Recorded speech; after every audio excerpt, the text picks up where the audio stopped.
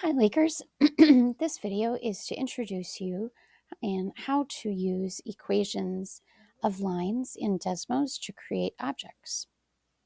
So first I'm going to show you two constants and then also how to reduce the domain and the range. Say I just wanted to create an L. So I'm using a vertical and a horizontal line. I'm going to restrict this green line between 3 and 10. So I'm going to go 3 less than x less than 10. And notice that created that horizontal line between 3 and 10. Now the vertical line, I'm going to restrict between 2 and let's go up to 10. And these are y values to be vertical. And then 10. That's how we can use horizontal and vertical lines. You can also do the same, say looking at y equals mx plus b.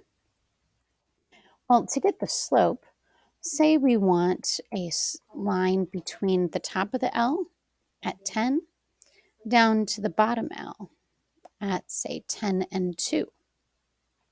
Well, that's a 10 minus 2 slope, which is 8. And then from 3 to 10 is 7. So we have a negative 8 divided by 7 slope. But then I want to add or subtract some values to move it over.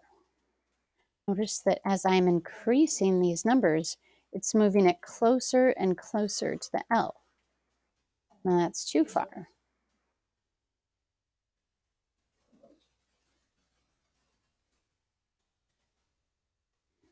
And at 13.5, notice that it connects and creates a triangle with my L. So I can now restrict this just to the spaces between the x values 3 and 10, or I could use y values 2 and 10. So I'm going to use x values 3 and 10.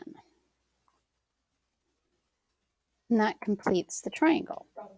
Now, what if I wanted a curve, something to add a curvature to it? I could use y equals x. And to get that exponent, so close this for a second, what you would pull up is the keyboard. I just have to move this out of the way. Here's the keyboard. Pull up that x squared. And notice that it creates a parabola.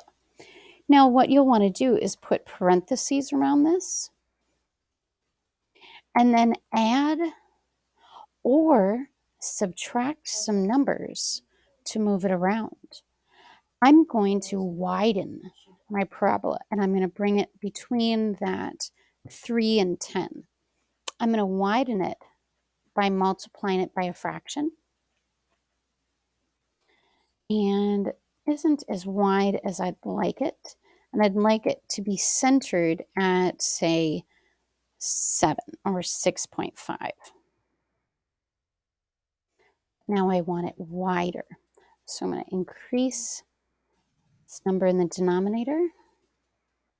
And there I have a curve that lines up with my triangle. And then I can use the vertical distance between 0 and 2 to restrict my curve.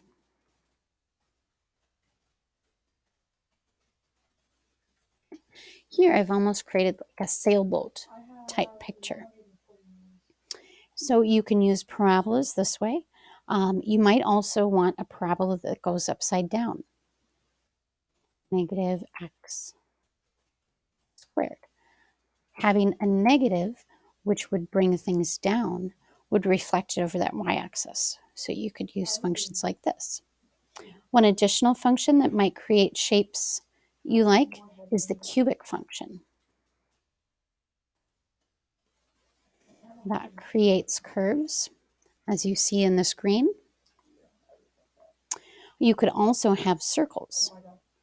X to the second power plus y to the second power, because it's kind of like two parabolas being put together, is equal to, let's say a radius of 2 would be, our radius of 2 would be 2 squared. And then again, of course, you can move the circles around by adding or subtracting a value with the x or the y. If I wanted to move it up or down, here I would move it down 3 spaces. So that's a way to get a circle in your image. And then the last thing I'll show you is a v. This is the absolute value function. You can find this using the functions, I believe.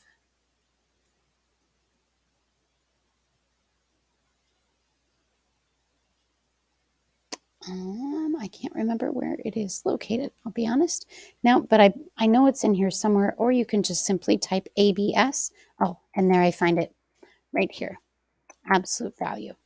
And then you would just type x, say -3,